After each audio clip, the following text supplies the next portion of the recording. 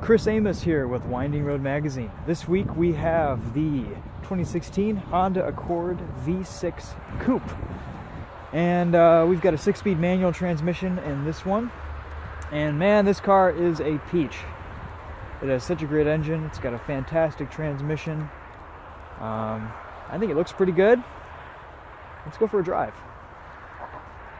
We've got a nice sizable trunk back here. Kind of a small opening for the back seats, but it is a coupe, so you do give up a little bit of space in the back there. Still, they're definitely large enough to fit some adults.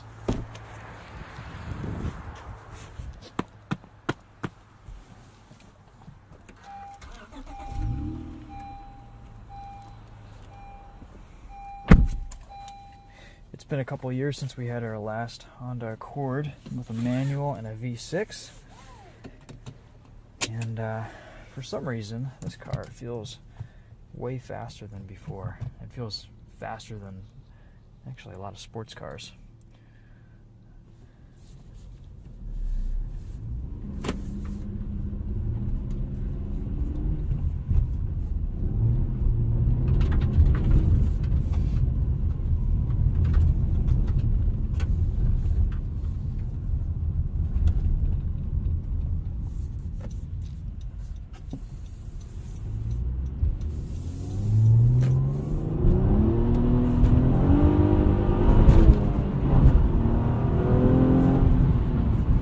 Spinning through second gear with the snow on the tires.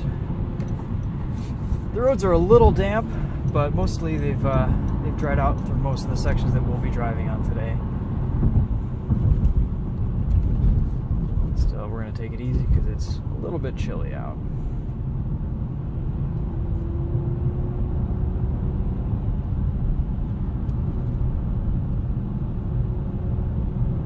This is a fun car to drive. It's the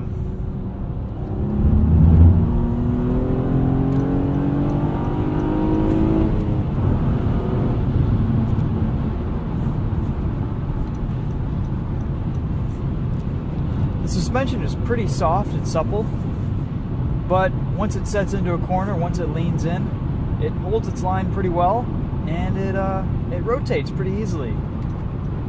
It's a comfortable, sporty chassis, I would say.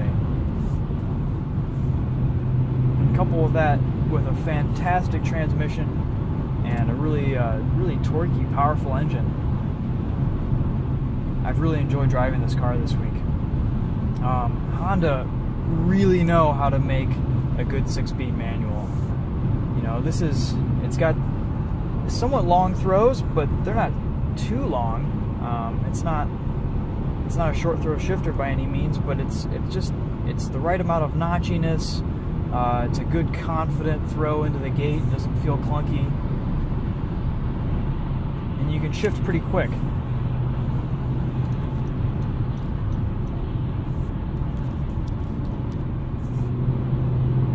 This engine has so much torque that you can pretty much just leave it in 6th gear on the highway and pass cars, pass traffic, without having to downshift. Of course, if you really want to give it the beans, you can always downshift into 4th or 3rd, and you've got a ton of power.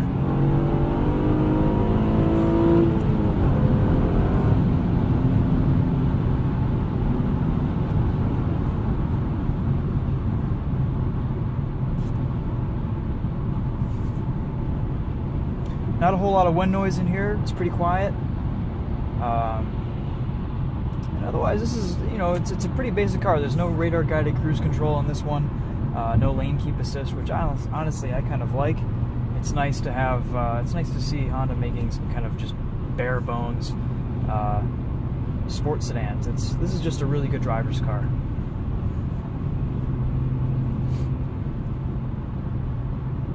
Torque steer isn't too bad.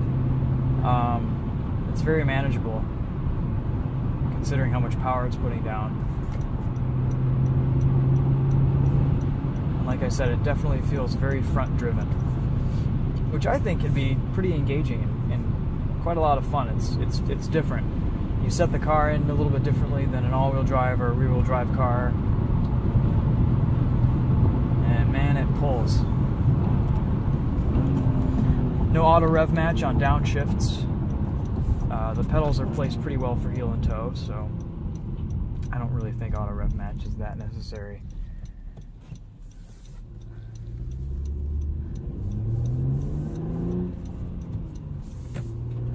And there's quite a bit of difference between economy mode and normal driving mode. The throttle mapping is pretty aggressive in normal mode, and then once you put it into eco, it gets a little bit more linear. I almost prefer driving it in eco, just driving it normally, because you don't have all these instant surges of power at light throttle. It seems to be a better throttle map for normal driving.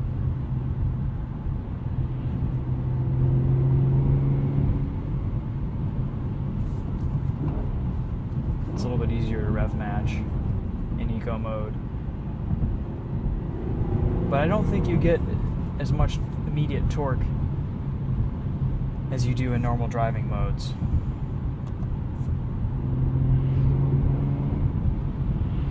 Brakes feel good.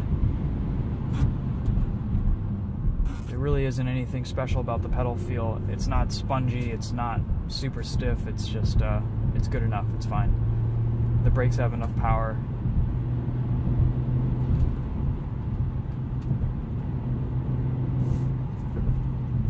I'm about 5'10", and the driving position is pretty good.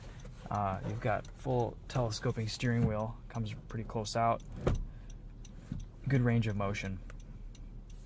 You shouldn't have a problem finding something that's comfortable for you.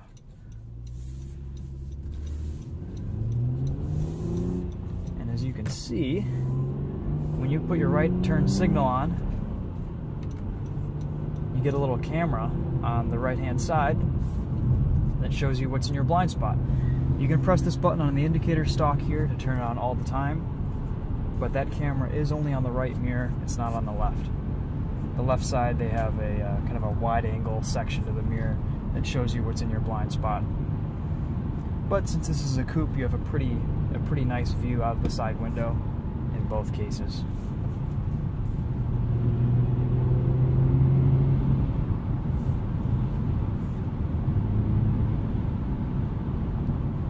I think a car like this would make a fantastic daily driver. If you're not into it all the time, gas mileage is probably going to be pretty decent. And I think this is rated at 28 on the highway, 18 in the city. Driving it around this week, I've gotten about 22.3 miles to the gallon. Again, with filming and driving it a little aggressively, I don't really consider my driving to be an accurate depiction of what you get on a daily commute.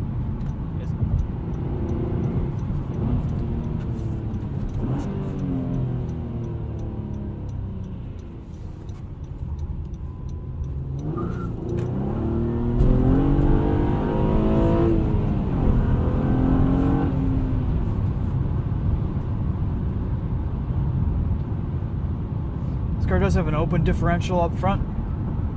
So if you do have a little bit of steering lock and you're getting into the throttle, it's pretty easy to spin the tires at will.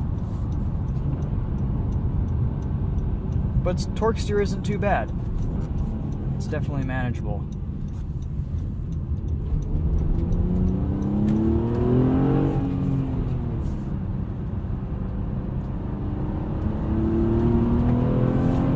This car is just so much fun to drive.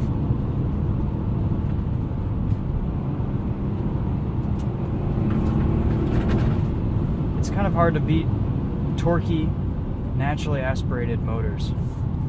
Couple that with this transmission, you can't really go wrong.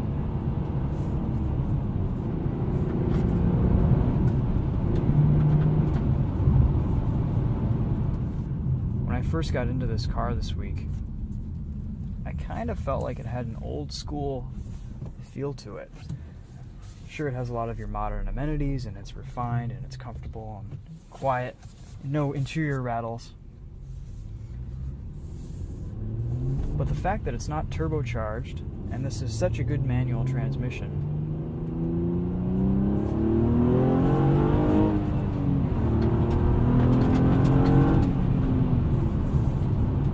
makes me glad that Honda is still making a car like this. Because a lot of vehicles offer manual transmissions these days, but they just aren't very good. They're not good manuals. In the sense that they're not enjoyable to shift, and they don't really offer you a lot of feel or feedback in the gear change.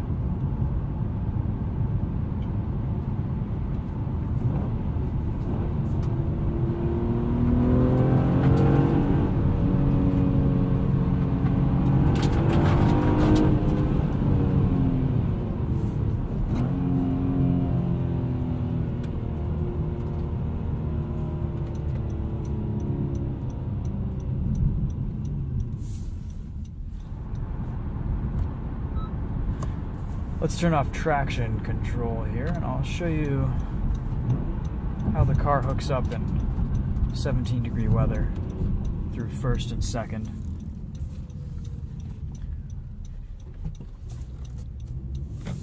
We'll straighten out the wheel here.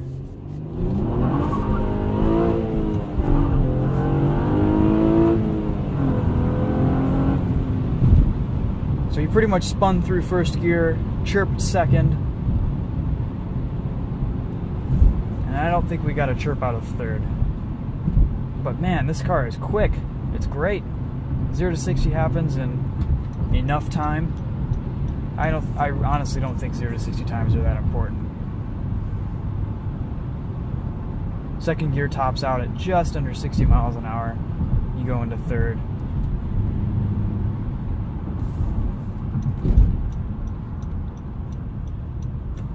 I still have to get used to this screen popping up. I don't really know why Honda is only doing this for the passenger side, for the right, and not the left. I personally usually have trouble with my blind spot on my driver's side, and the passenger side you can just kind of give it a look, and the passenger mirror is usually a little bit wider angle anyway. But it's a kind of a cool feature.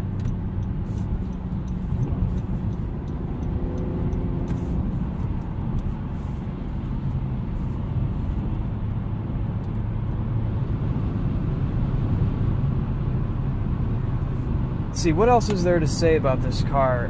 You know, really, the high points are, this is a fantastic sports sedan with a great engine and a great transmission.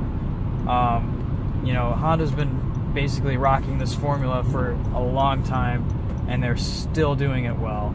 So if you want to go out and get a new Honda Accord V6, I would say you can't go wrong. Get the manual transmission. You'll thank yourself for it. And something like this would probably respond pretty well to some modifications as well.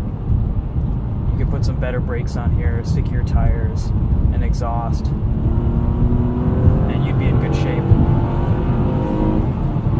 It just really pulls. Wow.